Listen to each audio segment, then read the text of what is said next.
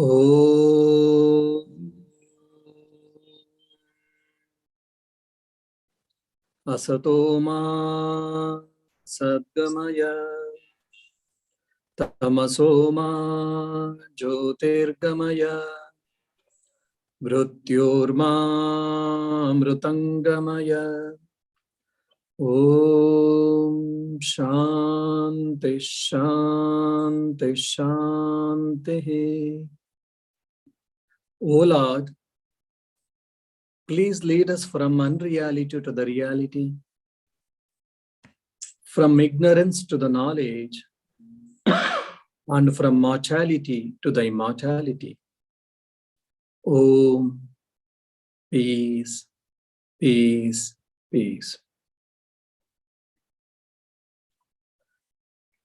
Dear devotees, we were discussing, or rather the author was trying to explain how we are ignorant and also how we are foolish also in our thinking. Why? There is such a very clear difference between Atman and Anatman. That is, the difference between the soul and the body, or the difference between the soul and the non-soul. But still, we are confused and we are thinking the soul as a non-soul and non-soul as a non-soul for the soul. How foolish and how ignorant and how interesting. So such a remark was made by author, and in 2 or 3 slokas, we tried to understand this. And again, author is continuing to remove this ignorance, this misconception or wrong conception, wrong idea, or the wrong notion about thinking I am the self, or like the body as the self, or the mind as the self, etc., etc. Now, one may feel, author has told already in 1 or 2 or 3 slokas, isn't Swamiji? Then why is he telling again and again with giving different examples? So he wants to just show himself, or he wants to write a book. Since he wants to write a book, so is he trying to fill the pages? No. The ignorance is so intense and it is so strong in us. So again and again, author is trying to convince us, trying to make us understand, oh brother, oh sister, please try to understand the truth. Please try to know the truth, what it is. We are confused, we are baffled. This reminds me a story. When Swami Vivekananda, when he was preaching the Vedanta in the West, people were getting mesmerized. People started following him wherever he used to talk, in any place, like it may be 100 or 200 or 300. The hall used to be full, jam-packed. And many times, even there was no place for people even to stand. Forget about to sit. Even they never had a place to stand. They used to stand outside, inside, and whatever is possible, they used to try to hear, because there was no mic system or sound system in the earlier days. A Christian pastor probably, once he said, Swami, you are hypnotizing the people from your Vedanta. You are hypnotizing the people from an idea that you are the self. Is it right? Is it okay for you, according to you? Then Swami Vivekananda smilingly says, oh my dear, please try to understand. I am not hypnotizing the people with the Vedanta. Rather, I am dehypnotizing the people from Vedanta. Why? Because I have been wrongly hypnotized.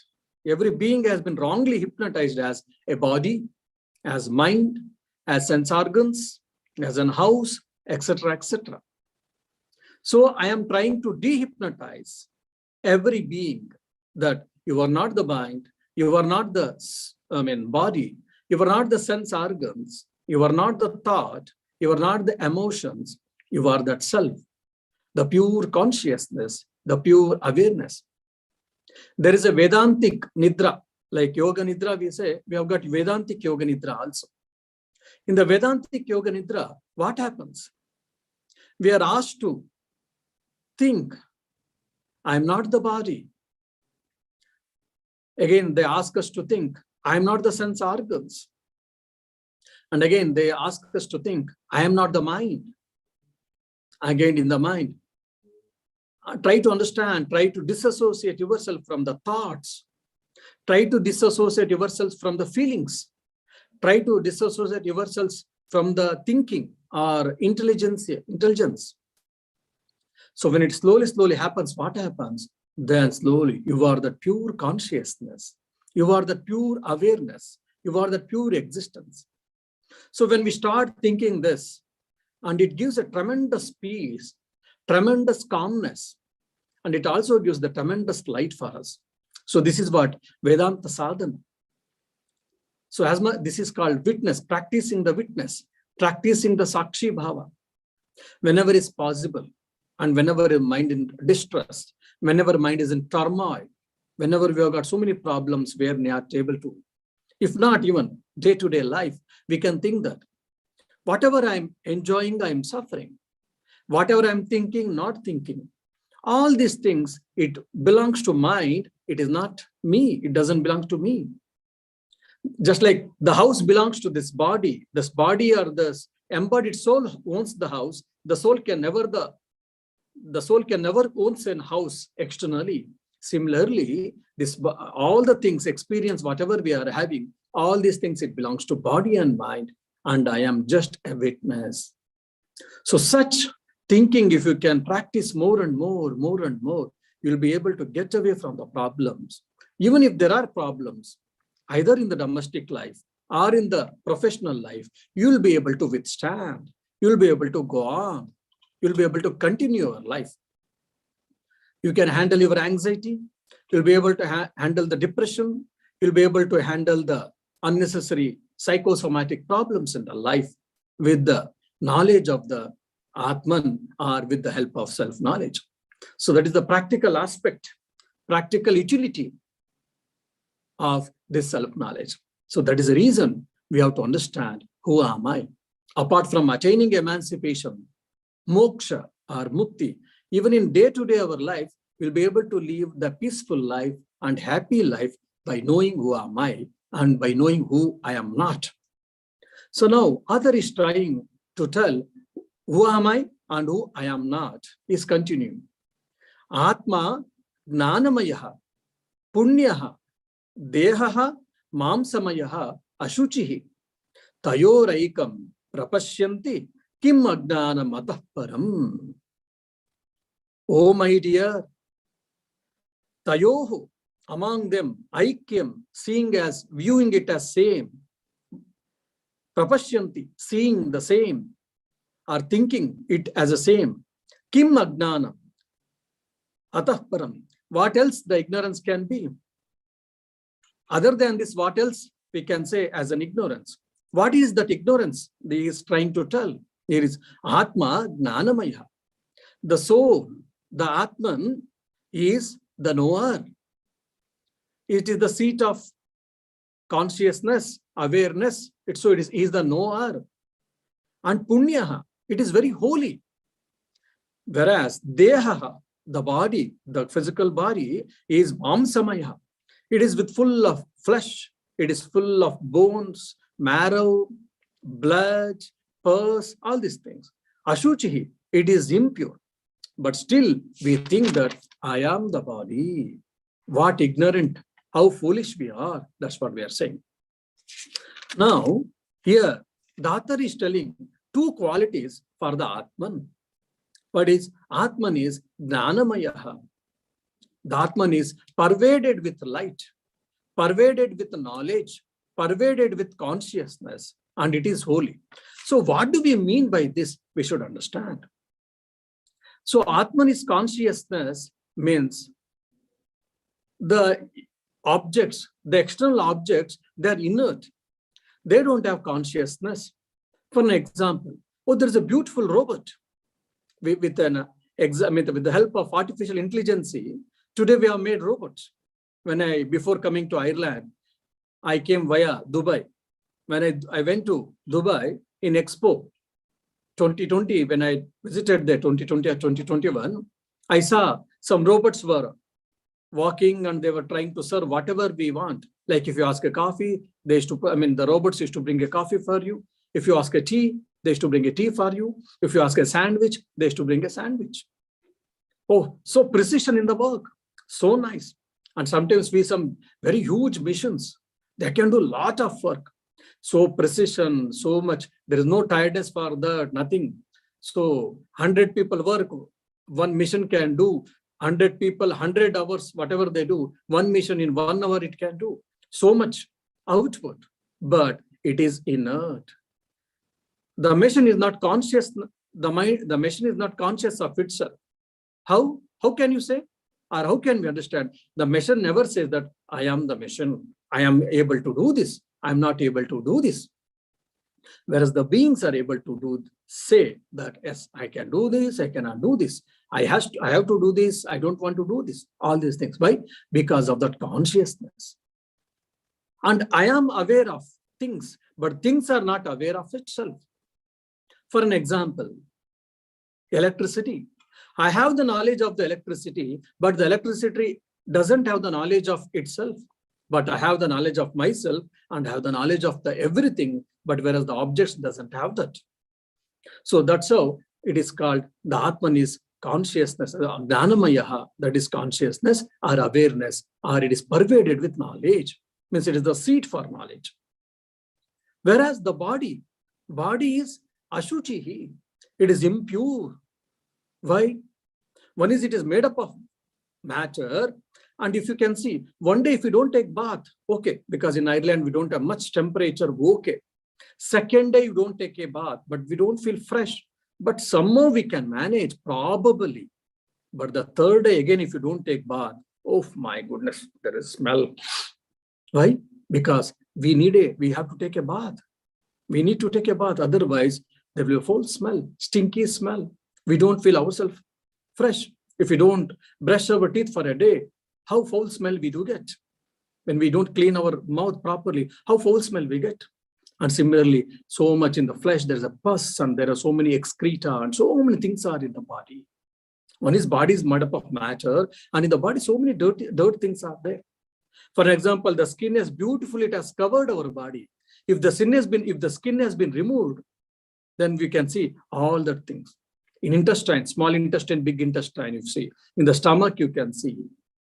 Probably everywhere the dirt is there, the excreta and the waste materials, everything is, we can see very clearly. So the body is impure. And body needs maintenance. Body needs cleaning, whereas the soul doesn't need. Oh, okay, 2 days over, now I have to clean my soul. Or just like, okay, so many days over, my vehicle had to go for a service station, and in service station, they use the force water and they clean the vehicle, and with so it looks so bright and so fresh and so clean, and we bring to the house. So like that, there is no need of service station to clean the soul. We need not to give the bath for soul. We need not to brush, like just like brushing the teeth. We need not to do any brushing or scrubbing for the soul. Why? It is not at all matter, and it is pure and it is holy. Whereas the body, it needs maintenance, and it becomes dirty if you don't clean it properly. So body requires all the things, cleaning, maintenance, all these things. And also you can say, for an example, oh, such a beautiful table. Who made it? The carpenter made it.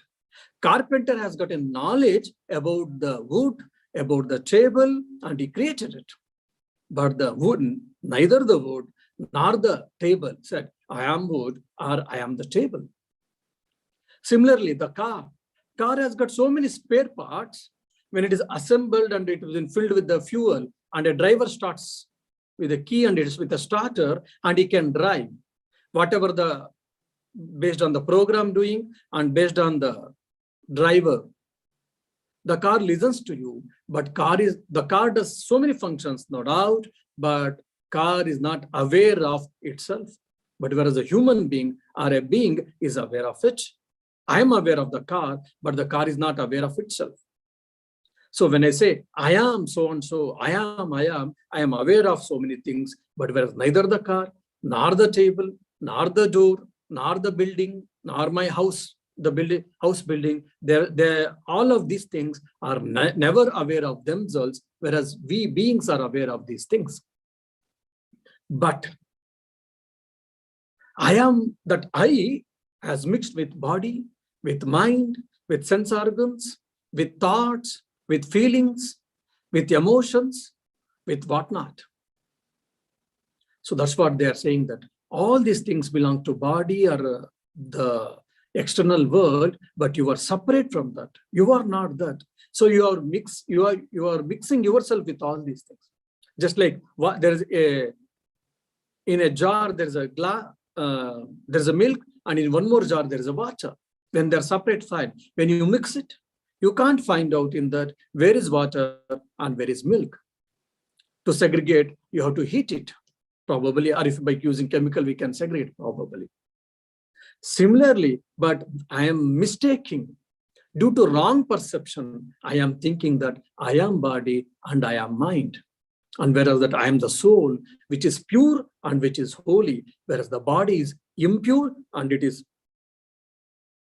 also it is unconsciousness. It is with full of flesh, whereas the Atman is pure consciousness. It is full of knowledge, is the knower, whereas the body is the known. And it is pure, the Atman is pure and the body is impure. But such a striking difference is there between these two, the body and the soul, but still we feel that I am the body. I am not the body, I have the body. So in the previous class itself, I told very important thing, we should think that body is not having the soul, rather the soul is having the body. I am having the body. I, the soul or the Atman, is having the body. Just like I am owning a car, I am owning a house, I am owning a mobile. So similarly, the soul is owning the body. So we have to understand. And probably author is not satisfied. Probably people, how much ever I say, still people are ignorant or they have got misconception about oneself. So to remove the wrong notion, to remove the wrong idea, wrong perception, misperception, conception, is continuing again in one or two slokas. And is trying to give examples, explanation of the nature of Atman and the nature of Anatman or the body. And why is telling again and again body? Because I can say that I am not the house, I am not this world, I am not the mobile, I am not the pen, I am not the mobile. But when I say all these things to a larger extent, yes, most of us, we understand, yes. But when I say I am not the body, it becomes very subtle. And when I say I am not the mind and emotions, it becomes much more subtle. It takes a lot of time for us to differentiate, to discriminate. That's the reason author is trying to tell again and again that there is a difference between body and the soul. And what is the nature of the body and what is the nature of the soul? You try to understand, and I try to discriminate between body and the soul. And with the right knowledge, you can get emancipation or self-realization. Atma prakashakaha, swachchaha, dehaha tamasa uchyate, tayoraikam prapashyanti kim agnanam atah param. Atma, the Atman or the soul, prakashakaha, illuminator. Swachchaha, it is pure. So we say in the previous sloka, they said holy. Now he is telling pure. Dehaha, whereas the body, tamasa, it is of the nature of ignorant, it is nature of darkness. Uchyate, it is said. Tayoraikam, among them, tapashyanti, but still people see, perceive that both are one and the same. Both means what? Atma and the body. Kim agnanam atah param. What more foolishness or ignorance can be other than this, isn't it? Why? Atma prakashakaha. Atman is illuminator, whereas Deha, it is ignorant, it is dark. The Atman is pure, whereas the Deha is impure, which is striking opposite characters each of them have got, but still people are mistaking one for other. So here, there he said, it is pervaded with the knowledge, Jnanamaya. Here the author is trying to tell the nature of the Atman is Prakashakaha. Prakashakaha means illuminator. What do you mean by illuminator? For an example, there's a beautiful bulb, fluorescent bulb or LED bulb in our house. Until otherwise I switch on, the bulb is not ignited. The bulb will not give the light. The moment when I switch on, then it gets connected with the electricity. With the help of electricity, LED bulbs gives the light. It glows and it gives the light. So with the help of light, we are able to see so many things in the house. So the illuminator is the electricity there, and the illumined is the bulb's filament or LED bulbs. LED bulb cannot illuminate itself. It needs electricity. And electricity, it cannot illuminate itself. It needs bulb. So similarly, the light, the electricity, the light is illuminator and the house is illumined. And the self, the spirit, the Atman is the illuminator and the body is illumined. Swamiji, the light is the electricity is the illuminator and the house is illumined, we understand. Electricity is illuminator because with the help of electricity only we can get light, fine. And the bulb is illumined, we understand. And I, the self, is the illuminator and the body is illumined, you are saying. How it is? Because I am in the body, does it mean that the whole my body is with full of light? Just like we see the LED bulb, so much light. So light is coming out. In the cartoon, sometimes we see that because of some things and all, there will be smoke coming from the 2 ears. So like that, the light is coming from the 2 ears. Is the light is coming from the 2 eyes? Is the light is emitting from my pores of the skin? I don't see.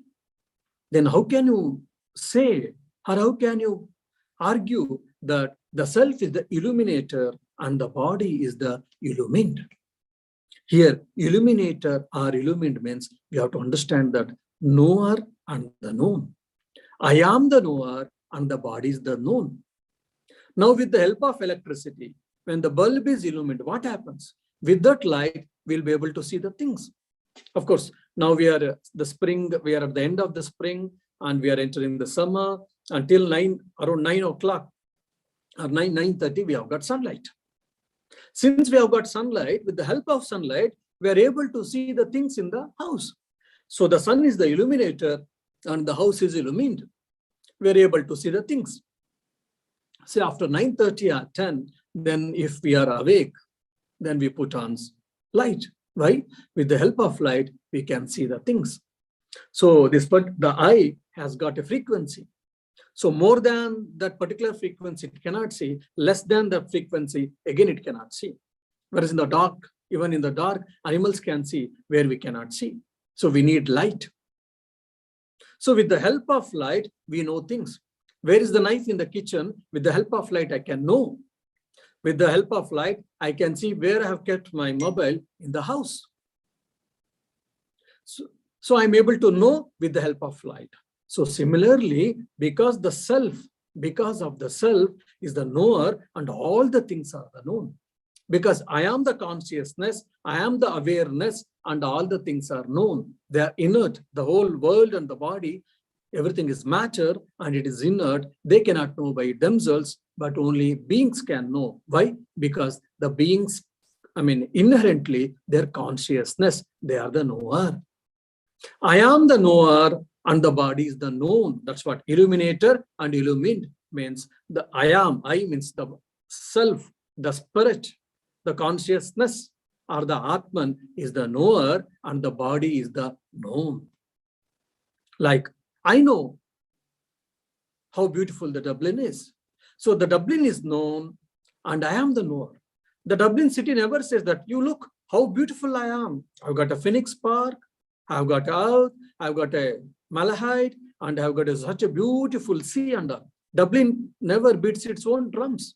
Whereas the people living in Dublin, they may say, oh, how wonderful the city is. It has got a Liffey River, and it has got a seashores, and it has got a beautiful Tara Hills, so on and so forth. Because the beings, the human beings are aware of it, that's why they're able to explain. Whereas the Dublin city as the land, it is not aware of itself or aware of its beauty. It can never say that, how beautiful you look into it. Then you may ask, then what about animals? Animals may have some knowledge, but it may not be similar to the human beings. But even they have got some knowledge. That's the reason the cows are able to eat the grass whenever they see any field. So the animals also, every being has its own consciousness to a certain limit, and they're aware of something, they're conscious of something. But whereas any object, it is inert and it cannot know itself, it is always known. So I am the knower and the body is the known. I am the experiencer. I experience so many things and the body is experienced. How? I am experiencing the body. I'm experiencing this physical body. I'm experiencing the 5 motor sense organs. I am experiencing the 5 organs of knowledge. I am experiencing that I have got a mind.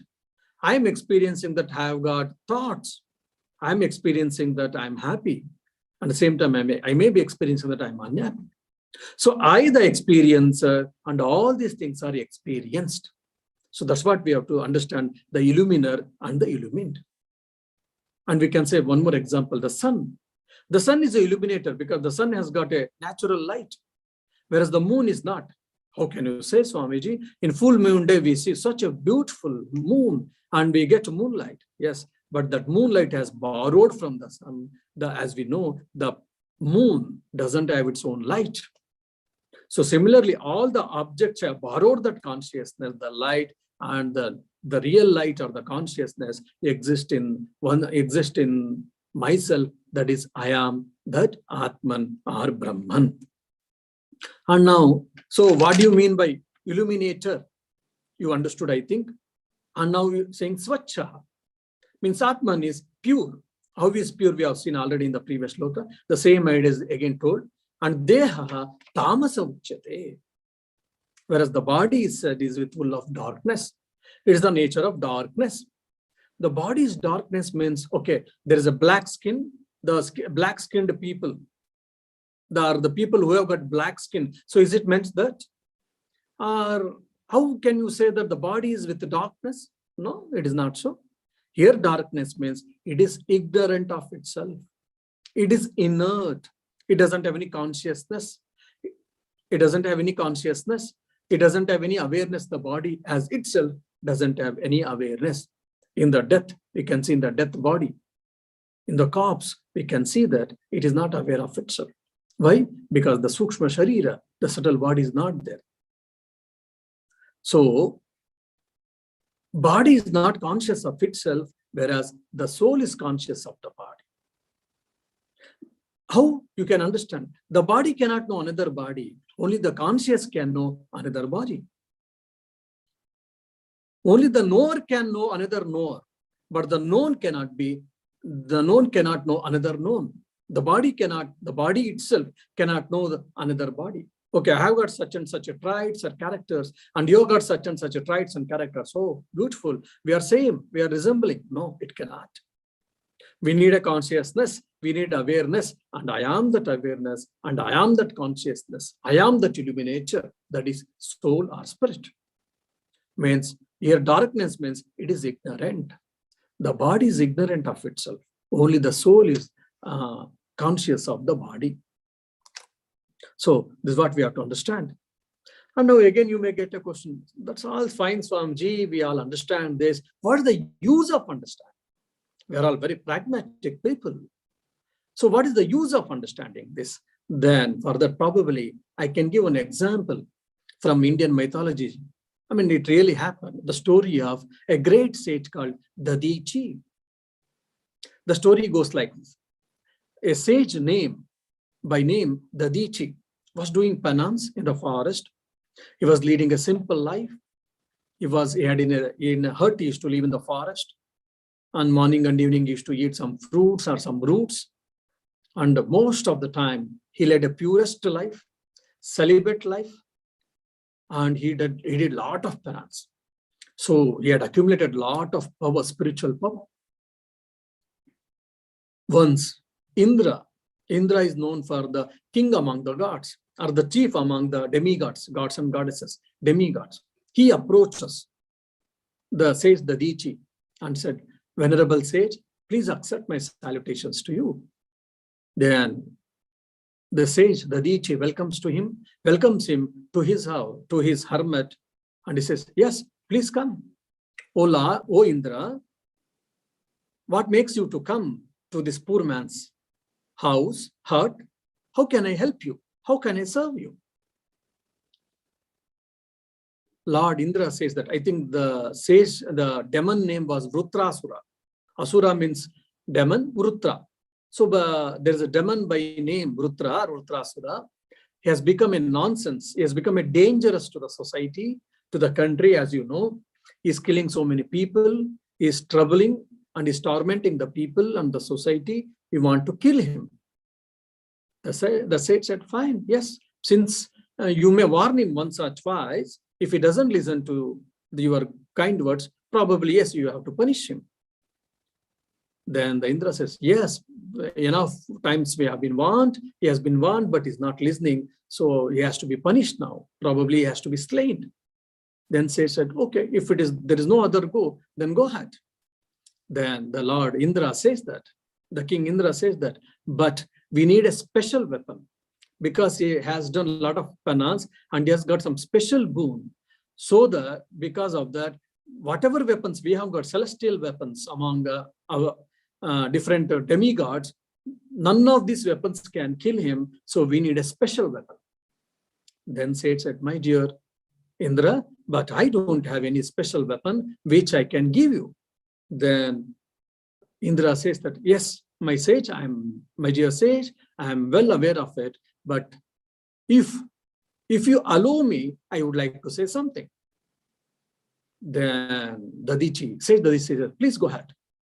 He says that, "I have come to know through Lord Brahma, that is, who is the creator God, that if we can prepare a weapon from your backbone, from that we can kill the Vrutrasura." So the Lord Brahma, the creator God, has said, "So I have come here. Can I ask you, can I request you to donate your backbone?" Now you imagine, if I have to give my backbone, means what? I have to die. I have to leave this mortal coil. I have to leave this world. If anyone would have asked me or anyone of us, "Oh, my dear, whatever is there, you want Rutrasura, you hang up yourselves, please don't disturb me. I would like to enjoy my life. I would like to lead my life. Why are you troubling me to kill him? No, all the best. You do something, probably try to find out someone else. Bye-bye, goodbye, get out." Probably would have said. But but sage, Dadichi says, "Oh, is it? That's it? For this small request, why are you worrying? If this body is made up of flesh and marrow, bone marrow and the bones and the skin, if this body is of help for someone, for some good cause, why not? It is meant to serve the society, to serve the beings, because they are the living gods. So definitely, and such asura, such demon should be killed or should be punished. Otherwise, it will be a nuisance to the society. Why not? You can take this body and you can use however you want." By saying, with a special yogic power, he left the mortal coil. You see, in no time he left the mortal coil. It is not the king.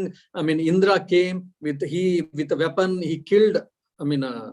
Sage Dadichi, because to end his life, and afterwards he operated, he took the backbone. No, of his yogic power, he left his mortal coil. And Indra took his backbone, and a weapon was made by that, and afterwards here the asura was killed. And what made Dadichi not to fear? Yeah, every one of us, we have got fear of death. Everyone we struggle, everyone we suffer from that. And whereas in the Dadichi's story, there is no fear of death at all. Why? Because he knew that he is the Atman. is the soul, is the consciousness, is the awareness. And he never had a misconception, wrong notion, wrong idea that I am the body or I am the mind. And if I die, if the body dies, or if I leave the body, I die. No. Just like after 2-3 days, I change my clothes, or the clothes have been old and fragile, I remove it, I throw, and I purchase a new clothes. Or if I have a new clothes in the house, fresh clothes, I use it. So similarly, the embodied soul leaves the old cloth called old body, a body, and just like we wear new clothes, similarly the embodied soul wears a new cloth called body. So whenever we know that I am not this body, I am not this mind, I am not the sense organs, then even the death cannot shake us. Similarly, anxiety, similarly, problems in the life, similarly, the depression, similarly, unhappiness, all these things, even the death cannot shake us. That is the beauty of Advaita Vedanta. That is the beauty of this non-dualistic school of philosophy, that is Advaita Vedanta. So the moment when we try to understand, when we can put into practice, nothing can shake us. Nothing can, even the death cannot shake us. So that is the reason we have to try to understand who am I in reality and who I am not in reality. So that's why the author is trying to tell, oh, how foolish it is to think that I the Atman, which is pure, which is the illuminator, which is pure consciousness, but it is mixed with it is unfortunately, it is because of prejudice or because of wrong notion, because of wrong perception, it is thinking that I am thinking that I am a body, I am the mind, and I am the objects.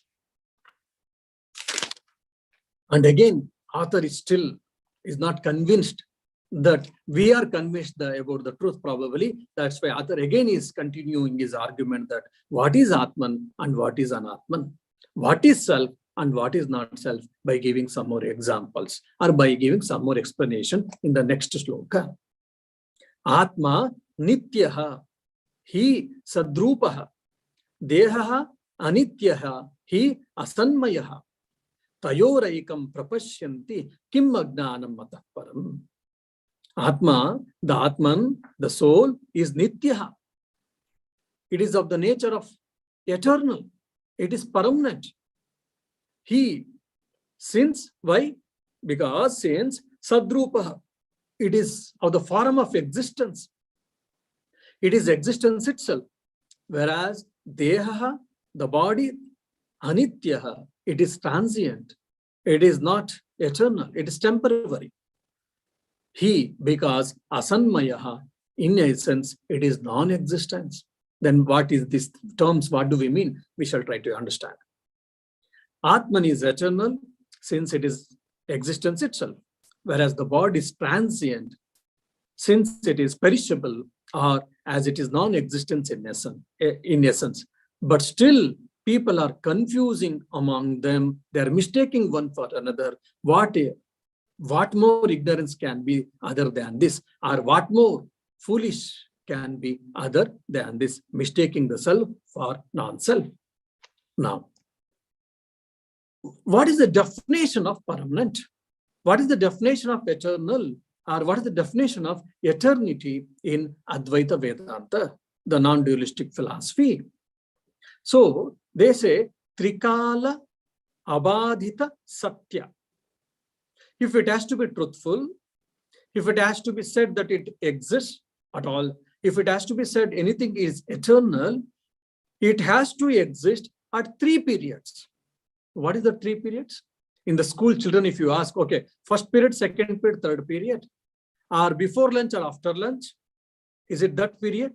No. 3 periods means 3 times, means past, present, and future. For example, 100 years before, this soul or Atman was existing? Yes. 1,000 years before? Yes. 10,000 years before? Yes. Million years before? Yes. Okay. Is it existing now, present? Yes. What about tomorrow? It exists. It doesn't cease to exist. After 10 years? Yes. After 50 years? Yes. 100 years? Yes. Thousands years? Yes. Million, 10,000 years? Yes. It is eternal. So there is no death. There is neither the birth nor the death for this soul or spirit or the Atman. So that's why it was there, it is there, and it will be there. That's why it is called Nitya. It is eternal and it is permanent. So this is what we mean one is eternal. And it is existence itself. What do we mean by that? It is existence itself, or it is of the nature of existence. Now, I had a 1 kg gold. Oh, he's a rich person, Swami. 1 kg gold. In the 1 kg gold, I made a necklace, beautiful necklace, and I made a earrings, and I made a nose ring, and I made a bangle, and some other ring to use for the bracelet, for the to put on my wrist or to my hand. So golden rings, earrings, golden nose ring, golden necklace, golden bracelet. Fine. Now there are so many things has been prepared and you got it. Beautiful. Then I say, I will remove the gold from all these things and I will give the things, all these ornaments for you. Then they say, what? How is it possible? If you remove the gold, what else exists? Okay. No, golden necklace. I remove the gold, necklace exists. I remove the gold, earring exists. I remove the gold, nose ring exists. I remove the gold, bracelet exists. What exists? Nothing can exist. Once, because of the gold has made in a particular shape, that's why it is called earring or nose ring or the bracelet or the necklace. The moment the content called gold has been removed, then only form can be there, but nothing exists. The gold is the base. The gold is the content object from which all these things are made. Isn't it? So similarly, I exist, you exist, world exists, so many objects exist. Yes, but the basic existence itself is of the nature of Atman. It is of the nature of Atman. The existenceness has been removed, then all ceases to exist. Just like when I take away the gold from all the ornaments, then the ornament ceases to exist. So similarly, the existence is there in every golden ornament. So similarly, the consciousness is nothing but the existenceness. That's why the author is telling that the Atman or the soul or the spirit is of the nature of existence itself. And deha anitya, whereas the body is temporary. How can you say? Why? Because 50 or 60 years before, I was not there, or this body was not there. So from my date of birth, this body is there, or people can see it, fine. As of now, yes, it is there. 100 years before, it was not there. Thousands of years before, this body was not there. Now it is there. After 5 years, it may be there. After 10 years, yes, it is. It may be there. After 100 years, no, it ceases to exist. After 1,000 years, yet it ceases to exist. So it was not there so many years before. After so many years, it will not be there. Only at given point of time, it is there. That means it is temporary. So it has got pragmatic value. It has got only pragmatic value or relative value, but in reality, it doesn't exist as well as for the Vedantin. Because so many years before it is not there, after so many years it will not be there. In just given point of time for few years it is there. So it is as good as it is not there. So from this angle, they are saying that it is, in essence, it is non-existence. Why? Because the Vedanta makes 3 types of existence. One is Paramarthika Satta. Paramarthika Satta means transcendental reality, or supreme reality, or supreme existence, or absolute existence. That is Atman. Thousands of years before it is there, now it is there. After hundreds, 1,000, 10,000, 100,000 years, afterwards it is there. That's why it is there and it is eternal. Means it exists at all periods, all 3 times. Then Vyavaharika Satta means relative existence. empirical existence or virtual existence. Just like I said, golden ornaments. Golden ornaments are there. The moment you remove the gold, ornament ceases to exist. But I can take away the gold from that and I can make some other ornaments. Never mind.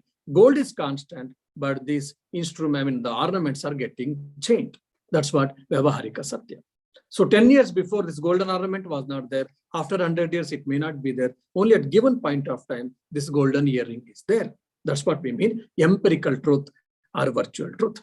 In day-to-day thing, in our day-to-day transactions, yes, it exists, but in a limited time or in a span of time. So it is pragmatic in nature. It is a phenomenal truth, but it is not eternal truth. And the third is ephemeral existence. It is called pratibhasika satta. Pratibhasika satya means it is just based on imagination only, or it is based on just your dreams. Oh, Swami, I had a wonderful dream yesterday. Oh, fine. What was your dream? I was the president of Ireland, and I had a beautiful car, and I had a beautiful house, and so nice things were there. Fine. What about now? Oh, I'm square to truth.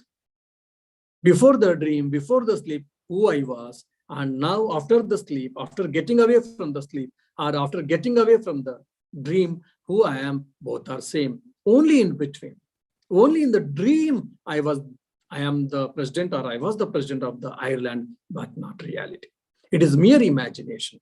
So this is called pratibhasika satya, ephemeral existence. So it is just imagination. So that's what, say, for an example, dreams. So here, the author is trying to tell the Atman is paramarthika satya. It is eternal truth. It exists all times. Whereas Deha is Vyavaharika Satya, Satta, relative existence. Only in given point of time it is there. So it is as good as it is not there for us in reality. So it is temporary. The body is temporary, whereas the Atman or the soul or the spirit means Atman, not the mind. The spirit is eternal. It exists at all times. That is what we are, again, so one is temporary, the other is permanent, but still we are confusing the body and the soul, or the body and the Atman, and we think that I am the body. And though both are of such a different character, both the body and the soul are of opposite character, but still we feel that both are one and the same, or I am confusing, the body is confusing with the soul, or the soul is confusing with the body. And what else other than this, a great ignorance or great foolishness can be there. That is what the author is trying to tell. And again in the next sloka, the author tells that Atma is the illuminator and everything is illumined. So probably I will take that idea in the next class. If you got any questions, you are welcome to ask. Om Shanti Shanti Shanti. Hari Om Tat Sat. Shri Rama Krishna Arpanamastu. Yeah. Swami, could you say something then about the feeling people have that they are a person, you know, that they are an individual? So is it like that belongs to the middle category? It's not true in the strictest sense. It's true in the middle sense that yes, it appears that way, and for practical purposes and pragmatically, you live your life on that basis. But actually, the actual truth is that that's only a temporary set of temporary identifications or misidentifications, maybe more accurate. So then that the animating, you know, is it sort of ironic in a way, in that when people become the witness, or when people are aware of witnessing, that... Yeah, I will give an example for you. Like say 100 buckets of water has been kept outside. 100 buckets of water, and we have got a very good sunny day, luckily, We have got a good sunny day. You can see the sun. You can also, you are also experiencing. I'm also experiencing. So since you have kept 100 buckets of water, you can see 100 reflections, isn't it? Yeah. So do you say that, or can you say that there are 100 suns, or there's only one sun? Yes. There's only one sun, but because they have kept 100 buckets which contains water, that's why we are able to see 100 reflections. So similarly, every body, every individual body, either it may be animal, it may be bird, or it may be beast, or it may be human beings, whatever it may be. So everything is just like reflecting mediums. So there are thousands of, lakhs of, crores of, millions of, billions of reflecting mediums called individual bodies. So that's why we are feeling that there are so many souls. Yes, but the nature of it, for some reason, we're inclined to think that we are self-animating in the sense that it's my personhood that's animating me. That's the primary illusion, is it not? Yeah. Yes, you are right. You are right. Just like I am the body, just like we have got a wrong perception. So similarly, we have got wrong perception that I am different from you and you are different from Catherine, Catherine different from some etc. Yeah. So what's does it sort of mean, maybe I'm not being very clear, but that what's illuminating us, our source of illumination, is impersonal in the sense that it cannot be reduced to, an individual person. And that therefore, in a way, that's where silence comes in. Maybe that's why they talk about silent witnessing. The other way of putting is, so the knowing the truth will be at two levels. One is first I have to be aware, or I try to know, or I should know that I am that pureness or awareness or consciousness. Yeah. So the moment when I'm able to understand that I am not this body and mind, and I am the pure awareness or consciousness, then I'll be able to also see that others are also nothing but pure awareness and consciousness. Yeah. I and others are one and the same. Same, yeah. So this realization happens at two levels. So now we are trying to struggle. We are trying to reach that first stage. So once the first stage happens, then second stage automatically it happens. And so the differentiation of whatever we are seeing, that it ceases to exist. Yeah. So then that's the vision of unity. Once, if you, So, but it's the tradition does it so that you do the netty first, because you have to learn to disidentify. Yeah. Because that's, the way it's natural to identify with your body, and it's natural for an ego to develop. Yes, you are right. Yeah. But so therefore the tradition says, for, netty first. Neti. Yes. I am not this, I am not this. And that's, I am not the body, I am not the mind, I am not the sense organs, like that. Yeah. And that's why you have sadhana, because sadhana, even though you can talk about it in the abstract, but actually, it has to be so deep in you. That's why the sadhana is necessary, because it's not an